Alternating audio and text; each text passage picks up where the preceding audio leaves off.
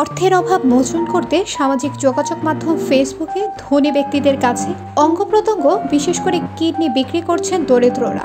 Myanmar সেনাবাহিনী একটি অভ্যুত্থানের মাধ্যমে ক্ষমতা গ্রহণের পর থেকেই দেশটিতে শুরু হয়েছে বিভিন্ন ধরনের সংকট। এর মধ্যে প্রধান হয়ে উঠেছে দারিদ্রতা। মিয়ানমারের 5,40,00,000 মানুষের প্রায় অর্ধেকই এখন দারিদ্র্য সীমার নিচে বাস করছে। পরিস্থিতি এতটাই ভয়াবহ হয়ে উঠেছে যে নিজের অঙ্গ প্রত্যঙ্গ বিক্রি করতে বাধ্য হচ্ছেন দরিদ্র মিয়ানমারের মানুষ। সিএনএনের 1 বছরব্যাপী তদন্তে মিয়ানমার সম্পর্কে এমনই চাঞ্চল্যকর তথ্য উঠে এসেছে।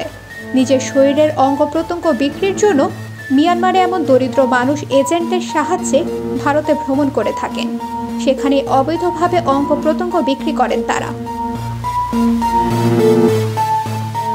অনলাইন অঙ্গ ব্যবসায় ক্রেতা এবং বিক্রেতারা প্রায় এজেন্টের সঙ্গে কাজ করে থাকেন। এসব এজেন্টের মাধ্যমে ক্রেতা বিক্রেতারা প্রয়োজনীয় নথি জাল এবং অস্ত্রোপচারের ব্যবস্থা করে থাকেন।